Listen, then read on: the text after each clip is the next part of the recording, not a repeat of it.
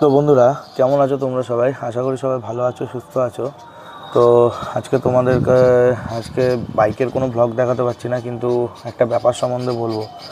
তো সেটা হচ্ছে যে মানে এটাই বলতে চাই, আজ একটু বাইকের ব্যাপারে বলতে চাই তোমাদের, যে বাইকের কাগজপত্র কি ঠিক না থাকলে কি ফাইন হতে পারে না হতে পারে। তো সেই সম্বন্ধে আজকে তোমাদের একটু বলবো, কারণ আমিও এই সমস্যাটার কিন্তু ফেস করেছি। তো যাই হোক, এই দুদিন আগে মানে আমি একটা জায়গায় যাই কিছু কাজের জন্য, কিন্তু কাজটা করা হয়ে যাওয়ার পরে আমি যখন বাড়ি ফিরছিলাম তখন কিন্তু আমার গাড়ি ধরে।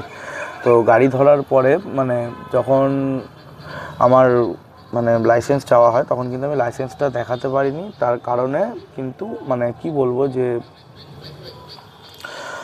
লাইসেন্সটা আমি বাড়িতে ফেলে যাই সেদিনকে। আমার লাইসেন্স কিন্তু আপ টু 2040 সাল পর্যন্ত কিন্তু ভ্যালিড লাইসেন্সটা। তো এবং ফেলে যাওয়ার পরে সেখানে না দেখাতে পারায় সেটার তো একটা ফাইন আছেই। কিন্তু সত্যি কথা বলতে হেলমেট পরা ছিল বাইকের, কি বলবো, যে বাইকের অল সার্ভিসিং সব কিছুই কমপ্লিট ছিল। হেলমেট পরা ছিল, ফুল হাতা প্যান্ট, ফুল হাতা জামা, বুট সব কিছুই পরা ছিল। এবং সত্যি কথা বলতে আমার কিন্তু বাইকের ইন্স্যুরেন্সটা ফেল ছিল। তো সেই কারণে ওনারা যখন নাম্বারটা মারে তখন কিন্তু ওনারা দেখতে পায় যে আমার গাড়িতে কিন্তু লাইসেন্সটা ফেল আছে। তো সেই কারণে আমার যে গাড়িটার উপরে কিন্তু মোটামুটি যে ফাইনটা হয় লাইসেন্স এবং ইন্স্যুরেন্স ফেলের জন্য, সেটা কিন্তু বুঝতেই পারছো, কেস দেওয়া হয় এবং তার জন্য আমি টাকাটাও পে করি। তো ডিফল্টটা কিন্তু ভাই আমারই। তার কারণ একটাই, যে ডিফল্ট আমার কারণ আমি কিন্তু একজন বাইকার হিসেবে আমার কিন্তু সবসময় উচিত যে আমার গাড়ির যে কোনো কাগজপত্র সবসময় কিন্তু ঠিকঠাক রাখা। কিন্তু আমি যেটা সবথেকে বড় কাজ সেটাই করিনি, সেটা হচ্ছে ইন্স্যুরেন্স আপডেট করাতে। ওটা আমি ভুলে গেছিলাম। আমি সত্যি কথা বলতে 1.5 বছর ধরে কিছু চাপের থাকার কারণে তো সবটাই মাথায় ছিল না। তো সেই কারণে ভুল তো আমারই, আমি ফাইন দিয়েছি, আমার ভুল আমি স্বীকার করছি, আমার ভুল তো এখানে আছেই। তো আমি চাই না যে আমি যে ভুলটা করছি সেই ভুলটা তোমরাও করো। সেই জন্য তোমাদের জন্য ভিডিওটা করা আজকে, তোমাদেরকে পুরোটা বলার একটাই কারণ, যে ভুল যাতে মানুষ না করে। হ্যাঁ, আমরা তো ভুল থেকেই ঠেকে শিখি। তো আজকে আমিও শিখেছি, আমি চাই যে তোমরাও শেখো। তোমরাই বা কেন শিখবে না? যে তুমি গাড়ি চালাচ্ছ, সব কিছু চালাচ্ছ, তুমি গাড়ি কাগজপত্র ঠিক রাখবে না, এটা কিন্তু ভুলই, এটা তো আইন বিরোধী কাজ। তো সেখানে তো তোমাকে ভাই ফাইন পে করতেই হবে। তো এবং এটা বলি তোমাদেরকে, আর একটা যেটা সবথেকে বড় ইনফরমেশান দেওয়ার, এটাও কিন্তু হতে পারে যে তোমার এই যে কি বলবো, যে তোমার ইন্স্যুরেন্সের কাগজ না থাকার জন্য, লাইসেন্স না থাকার জন্য কিন্তু গাড়ি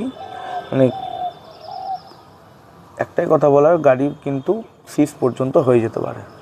তো এবার সিজ হলে বুঝতেই পারছো যে একটা গাড়ি ছাড়ানো কতটা কষ্ট, কতটা জ্বালা। এবং তুমি একটা গাড়ি ভাই যদি প্রেফার করো 2 থেকে 2.5 লাখ টাকার গাড়ি তুমি চালাচ্ছ, তুমি সেটাকে মেনটেন্যান্স ঠিকভাবে করছো, কিন্তু আসল কাগজপত্রগুলো যদি তুমি ঠিক না রাখো, তাহলে তো ভাই তোমাকে কেস খেতেই হবে। এবং এরকম যদি একটা বাইক সিজ হয়, তার বুঝতেই পারছো আবার একটা নতুন বাইক কেনা। এবং আমাদের মতো যদি নতুন ব্লগার হয়, যারা এখনও পর্যন্ত চ্যানেল মনিটাইজ হয়নি, যারা এখনও পর্যন্ত ব্লগ ঠিকঠাক মতো করতে শেখেনি, তো তারা যদি এরকম একটা ফাইন দেয়, তো খারাপ তো ভাই লাগবেই অবশ্যই। তো আমিও তো একজন বিগিনার। তো সেই কারণে ভাই, আমি যে সমস্যার সম্মুখীন হয়েছি, আমি চাই যে তোমরা যাতে ওই সমস্যাটা ফেস না করো। তো সেই কারণে আমি একটা কথাই বলবো, যে ভাই গাড়ির কাগজপত্র সবসময় ঠিকঠাক রাখো।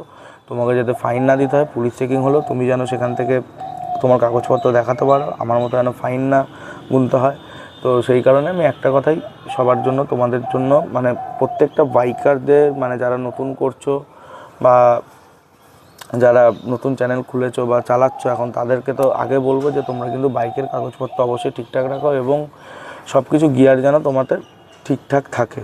তার কারণ একটাই, যে তো একটাই কথা বলার, সব কিছু যেন ঠিকঠাক থাকে। এবং কি বলবো, যে রাইডিং গিয়ারসগুলো যেন সবসময় ঠিকঠাক রাখবে, পায়ের বুট, ফুল হাতা জামা, ফুল হাতা প্যান্ট, এবং অবশ্যই সব সময় কিন্তু গাড়ি দেখে শুনে চালাবে, যে কোনো র্যাশ ড্রাইভিং করবে না, কারণ তার জন্য পুলিশে ধরে। ওভার স্পিড লিমিটকে গেলেও কিন্তু সেখানে পুলিশে ধরে।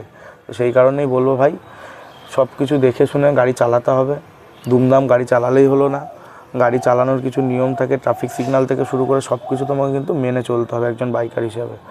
সেই কারণেই বলবো সবাই ভালো থাকো, সুস্থ থাকো এবং সুস্থ মতো গাড়ি চালাও। ইভেন মনে রাখবে, তোমার কিন্তু যদি আজকে অ্যাক্সিডেন্টও হয় তার জন্য কিন্তু তোমার পরিবারকে কাঁদতে হবে ভাই। সেটা কিন্তু মানে কি বলবো, আরও দুঃখজনক জিনিস। যেখানে একটা মানুষের যদি জীবন চলে যায় তো কী দাম বাইক থেকে বা কোনো কিছু থাক, টাকা দিলে নয় বাইক আসবে, কিন্তু জীবন চলে গেলে কিন্তু জীবন আসবে না।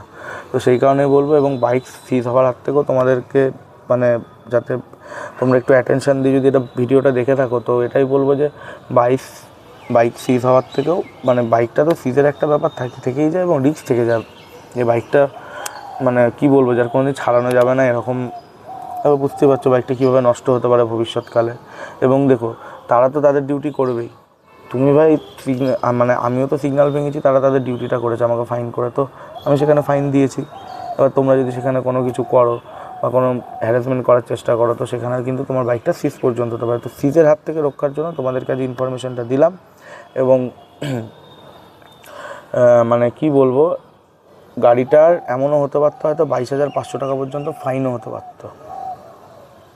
এত বড় কথা বলছি, এর ভেতরে অনেক কথা আছে যেগুলো আমি তোমাদেরকে এখন বলছি না। তো সিজ 22,500 টাকা ফাইন থেকে যে বেঁচে গেছি, এই আমার কপাল। তো বন্ধুরা, একটাই কথা বলার তোমাদের, গাড়ি দেখে শুনে চালাও, কাগজপত্র ঠিক রাখো, সব কিছু ঠিক রাখো, ধীরে সুস্থ চালাও, সবসময় ভালো থাকো, সুস্থ থাকো। তো আজকের ব্লগটা এইটুকুই, আবার দেখা হচ্ছে নেক্সট ব্লগে। তো সবাই ভালো থাকো, সুস্থ থাকো, এবং যদি ভিডিও ভালো লেগে থাকে লাইক, কমেন্ট এবং শেয়ার এবং সাবস্ক্রাইব করতে যেন অবশ্যই ভুলো না। তো চলো টাটা, আবার দেখা হচ্ছে নেক্সট ব্লগে।